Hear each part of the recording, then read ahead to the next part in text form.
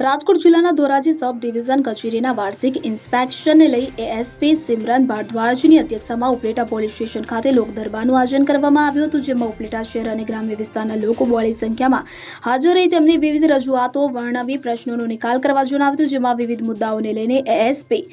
સિમરન ભારદ્વાજ દ્વારા લોકોને તેમના પ્રશ્નોનો વહેલી તકે નિરાકરણ લાવવા ખાતરી આપી હતી, જેમાં ખાસ કરીને શહેરમાં મહિલાઓની સુરક્ષા વધારવા મુદ્દે તેમજ બુટલેગરોને રોમિયોગીરી પર કડક પગલાં લેવા અને ટ્રાફિકની સમસ્યા પર ધ્યાન દોરવા જેવા અનેક મુદ્દાઓ પર ચર્ચા કરવામાં આવી હતી। સાથે સાથે ઉપલેટા પોલીસ સ્ટેશન વિસ્તારમાંથી ગુમસુદા 52 જેટલા વ્યક્તિઓને ઉપલેટા પોલીસ શોધખોળ કરી પરત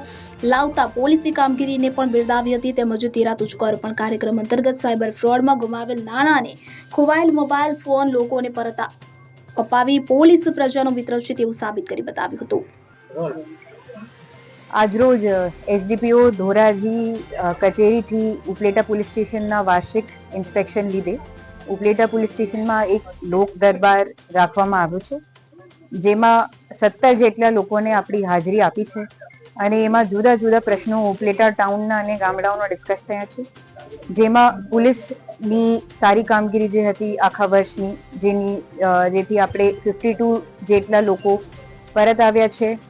અમુક મોબાઈલ્સ આપણે રિકવરી કરી છે, 13 તુચકો અર્પણની કામગીરી જે આખા વર્ષમાં કરી હતી એમાં લોકોને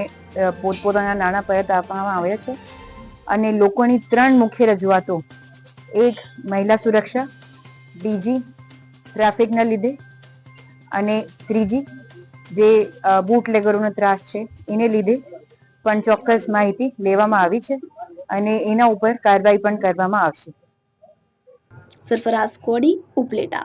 હવે જુઓ દેશ દુનિયાની તમામ ખબરો તમારી આંગળીના ટેરવે। ઉઠાવો મોબાઈલ અને ગૂગલ પ્લે સ્ટોર પરથી ડાઉનલોડ કરો અમારી CN24 ન્યૂઝ મોબાઈલ એપ।